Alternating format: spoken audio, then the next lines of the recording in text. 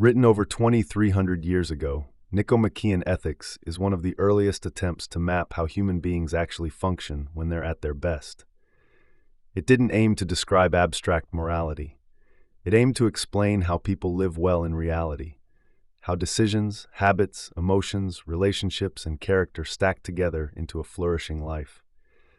That practical orientation is a major reason it has survived the centuries, not just as a philosophical artifact, but as a living manual for human behavior. Its historical significance comes from the shift it introduced. Ethics moved from focusing on what is theoretically good to what a human being must do repeatedly to live well. It became the foundation for virtue ethics, shaped education in ancient Greece, influenced Roman and Islamic thinkers, and became a pillar of European scholarly thought.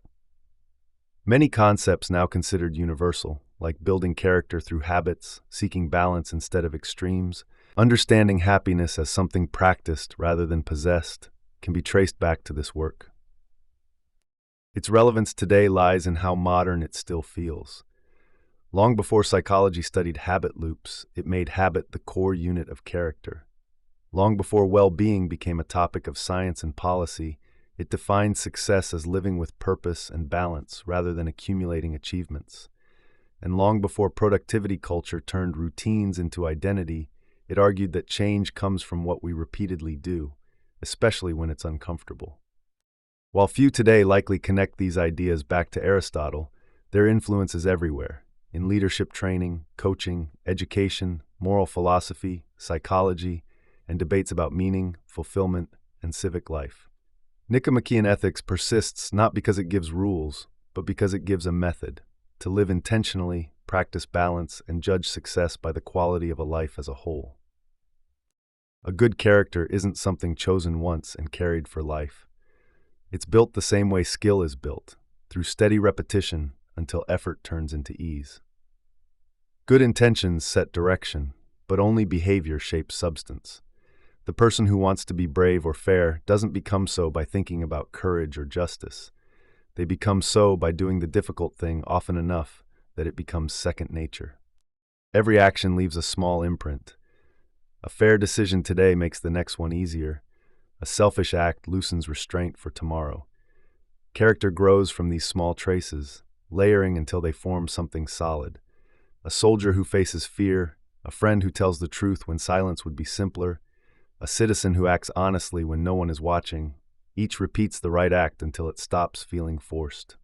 Habit slowly transforms choice into disposition. Emotions take the same training. Fear, anger, and desire aren't enemies of virtue, they're raw material. Each time fear is met with reason instead of panic, or anger expressed with measure instead of cruelty, emotion learns its boundaries.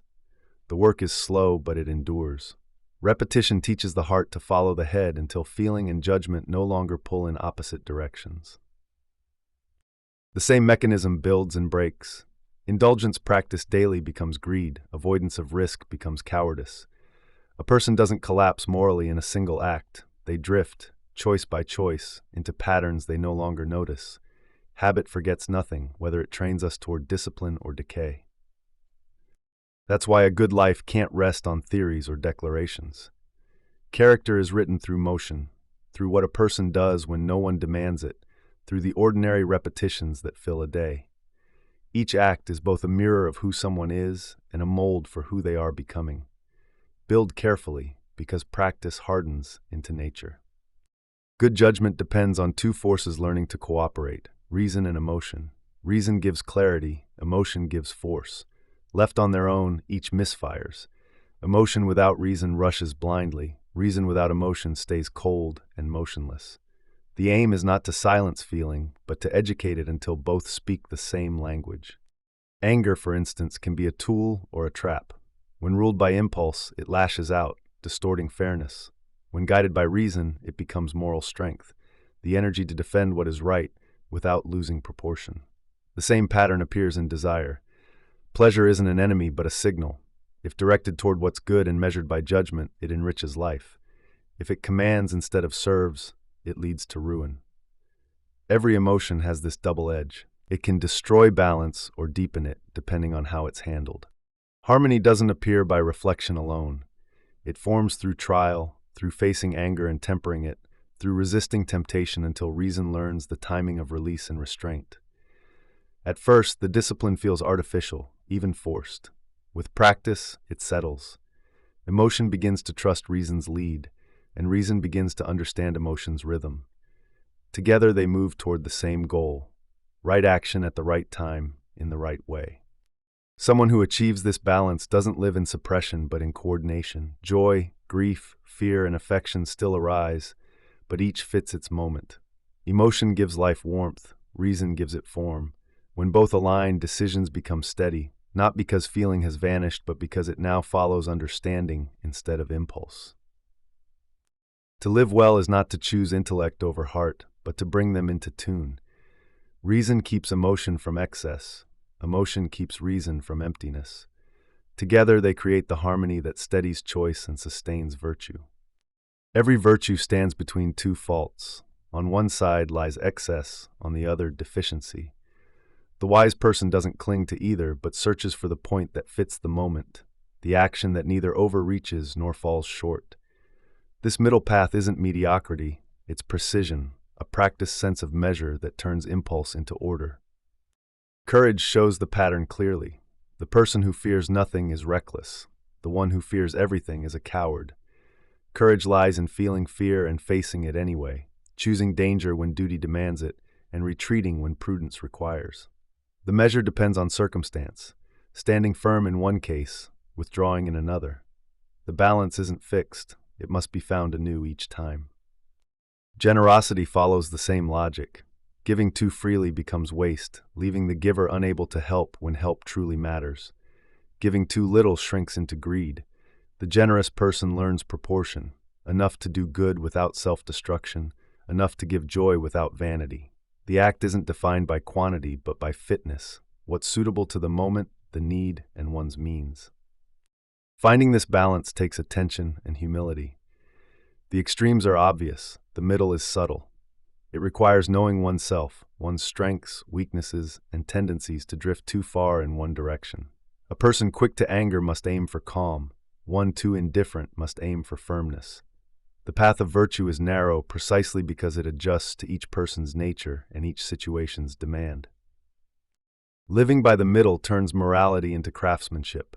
The skilled archer hits the center not by luck but by constant correction, sensing when to tighten or loosen the bow. Virtue works the same way: a steady hand, a disciplined eye, and endless small adjustments. The middle way is never still. It's a living balance, maintained by awareness, judgment, and practice. Happiness isn't something found, earned, or given. It isn't the fleeting lift of pleasure or the reward for good behavior. It's an activity, the ongoing work of living in accordance with reason and virtue. Feelings come and go, but happiness endures when conduct holds steady. It's not a prize that follows a life well lived. It is the living itself. People often mistake comfort or excitement for happiness.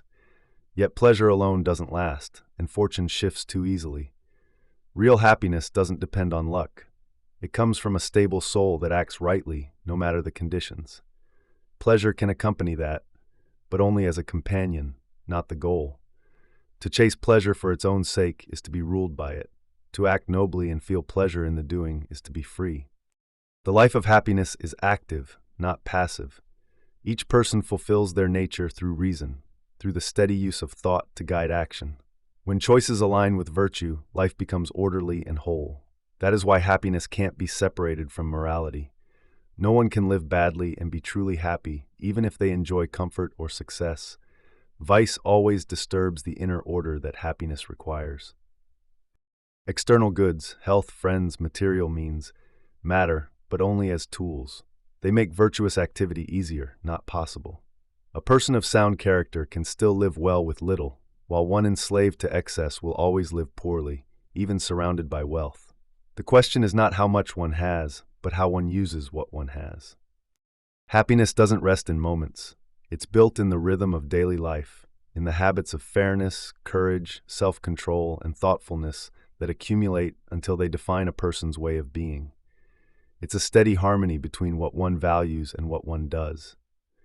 The good life, then, isn't something to wait for or to win. It's something practiced, step by step, through right action repeated across time. A single day, a single triumph, or a single loss never defines a life. Happiness and virtue can only be judged in full, not by moments, but by the pattern they form together. A person may act nobly once or suffer misfortune many times, but the quality of their life depends on how consistently they live by principle, not on the turns of luck that meet them along the way. Fortune plays its part, yet it doesn't decide the whole story. Wealth, reputation, and health can make life smoother, but they don't guarantee fulfillment. A stable soul carries balance through both gain and loss. When fortune smiles, the virtuous use its gifts wisely. When it fades, they hold their integrity. What matters is not how often joy or hardship visits, but how one meets them, with restraint in success and courage in difficulty. Time exposes the truth of character. Youth might act from impulse, maturity acts from habit. A life guided by virtue gains coherence as it unfolds, each choice fitting the last, each moment contributing to a recognizable shape. Even mistakes, when met with reflection, can strengthen that pattern, turning weakness into wisdom. A good life isn't spotless, it's unified. That's why happiness must be measured only when life has reached its end. Before then, fortunes still change, habits may waver, and virtue remains in motion. Only when the full story is told can one see whether it has been a good one, whether choices held steady, whether integrity endured, whether the soul remained balanced across the years. Happiness in the truest sense is the harmony of a whole life, not a flash of emotion but a rhythm sustained. It rests in the consistency of living well, in holding to what is right across time despite the shifting weight of circumstance. The final measure of a life is not how long it lasted or how much it contained, but how completely it expressed the best within a person from beginning to end.